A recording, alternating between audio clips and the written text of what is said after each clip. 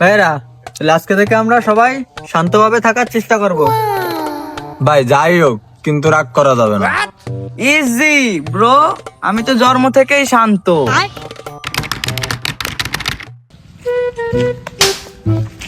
দাঁড়া দাঁড়া, আজকে শপথ করেছিলাম বলে কিছু করছি না।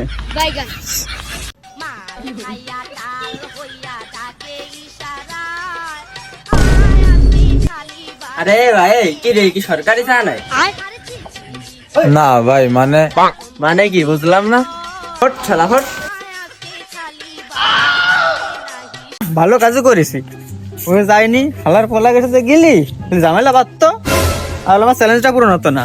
নদীর কুলে এসে রিল্যাক্সে বসে থাই, তুই ধ্যান করে গেছে। এমন তুই কি আছিস ওই জায়গা ধ্যান করতেছিস না? তো দেখলি তো মনে হয় না কোনোদিন ধ্যান করিস। আর শরীরের কি শুকনো অবস্থা, একটু জিমি টিমি যা আর কিছু খা, তো ধ্যান করতে হবে না। আরে তোর হেয়ার স্টাইল কি রামে, কি টাকা দিয়ে কাটিছিস নাকি ভাও কাটিছিস? তোর চ্যালেঞ্জের মারে বাপ। এবার আপনি বাড়ি কনে ভাই? আপনি কিটা ভাই? দিন তাকে কোনোদিন। আর চুল আমার চুল স্টাইল আমার টাকা আমি দিছি, তা আপনার কি? না মনে কতি কতি মনে একটু বেশি পেয়ে ফেলাইছি।